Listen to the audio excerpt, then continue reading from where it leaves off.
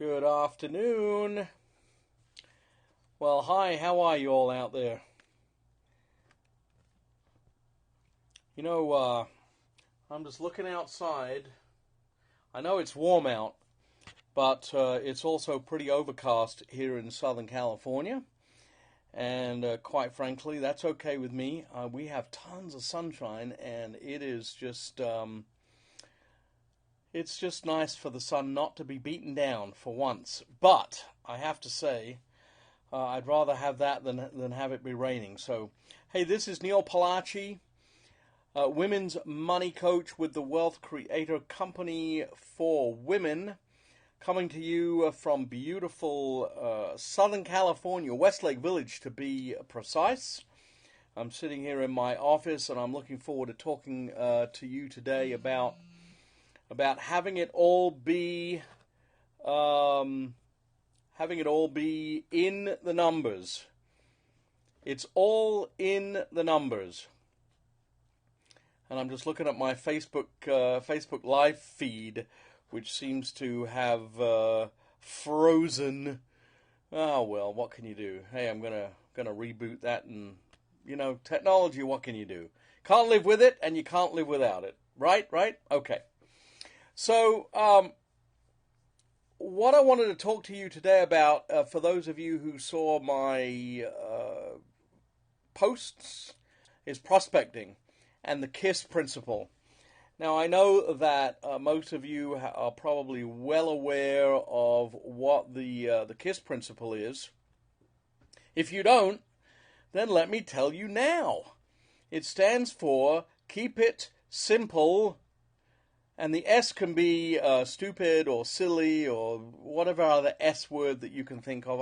I'll go with silly because it's just it's a nicer word than stupid. Keep it simple, stupid. But keep it simple, silly is good. And the reason that I talk about the KISS principle is because I think that in many cases what I see is that we are making it too bloody complicated. We're making prospecting too complicated. Don't you agree? All go like this if you agree. Yes, it's too complicated. So I just want you to keep it simple. So, what does that really mean? What does it mean, keep it simple? Well, let's do the opposite. Let's think about what it could be if you want to make it ridiculously complicated. I'm going to do social media. I'm going to do mailing lists. I'm going to send out mail. I am regular mail. Yeah, you remember that? You actually put a stamp on it and you send out regular mail. If you're a real estate agent, you could go door knocking. You could farm a particular area. If you're B2B, you could be knocking on business doors. You could walk up the boulevard that's in your town. And you could do that kind of prospecting. There's so many different kinds of prospecting, but sometimes we make it more complicated than it needs to be. And I guess to some degree we could say, well, isn't it supposed to be easier? I mean, we have all of this fabulous technology, right? I mean, we have phones and tablets and computers. We have systems that will make the phone do the calling for us.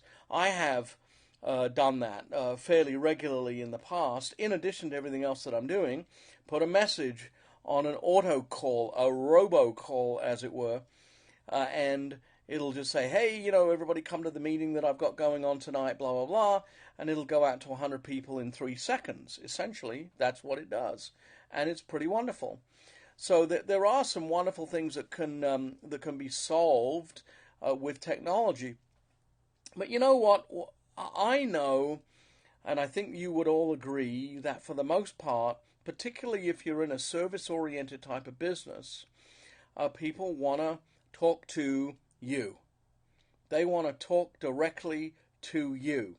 Now, it doesn't mean to say that we couldn't be doing it like this over a technologically oriented piece of equipment. We could be having a conversation, right, on FaceTime or Skype or some of those other video calling programs, and we could have a discussion, and it would be real time, and it's kind of like being next door, and you could be in China, honestly, and that's terrific.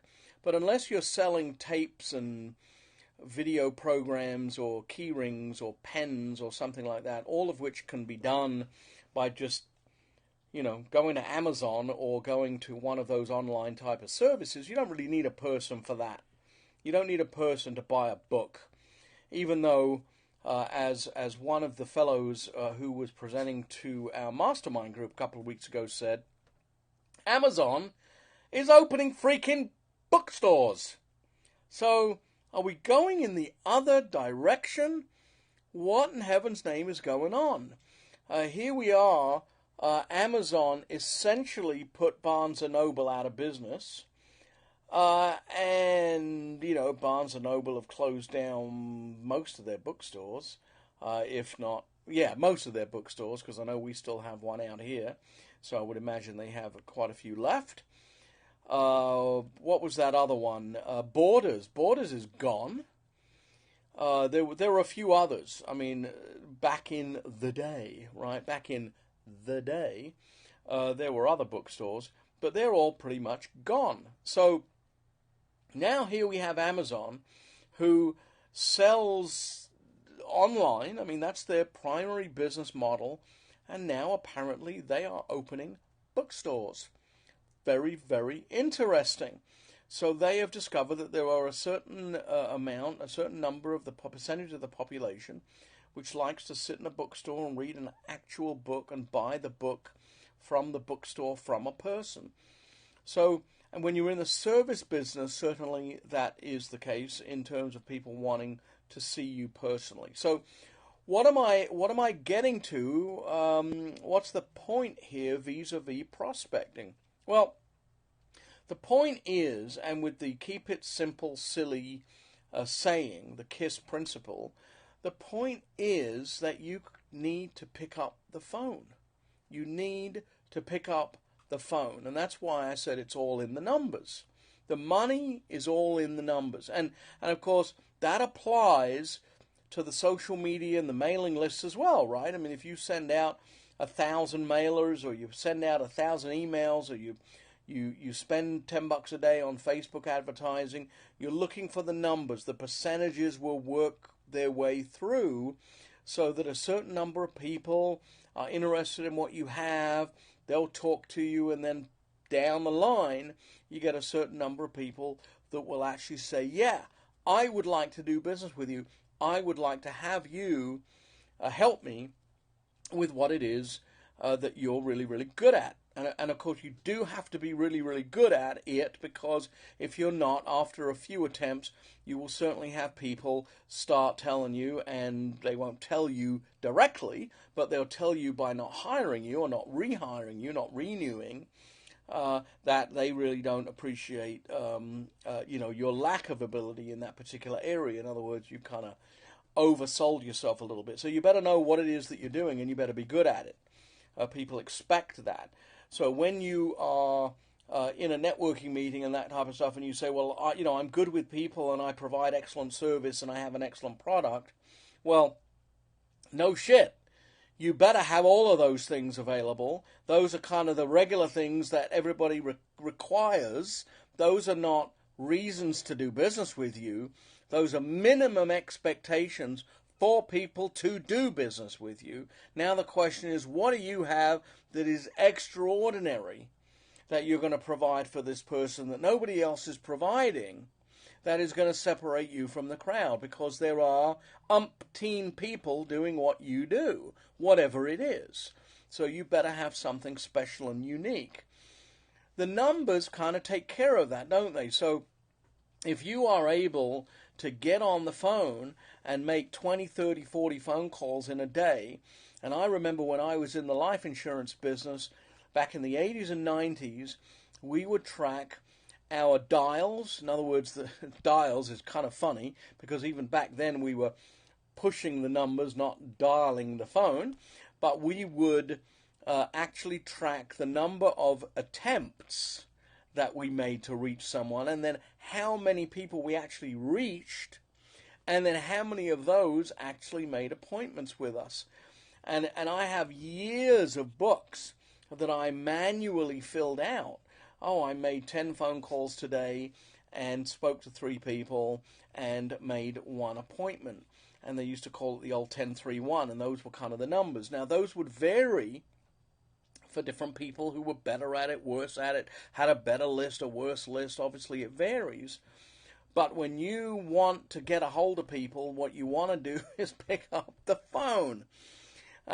People text and people email, and people don't respond to my texts and they don't respond to the email. Well, try picking up the freaking phone, people.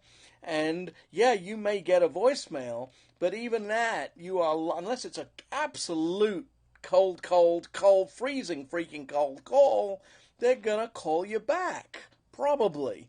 Now, of course, they could text you back, which I find hilarious. Here's a phone call, and you get text back, but at least there's a response. I suppose I do it as well, so I'm not just going to point the finger at other people. I'm sure I do it as well.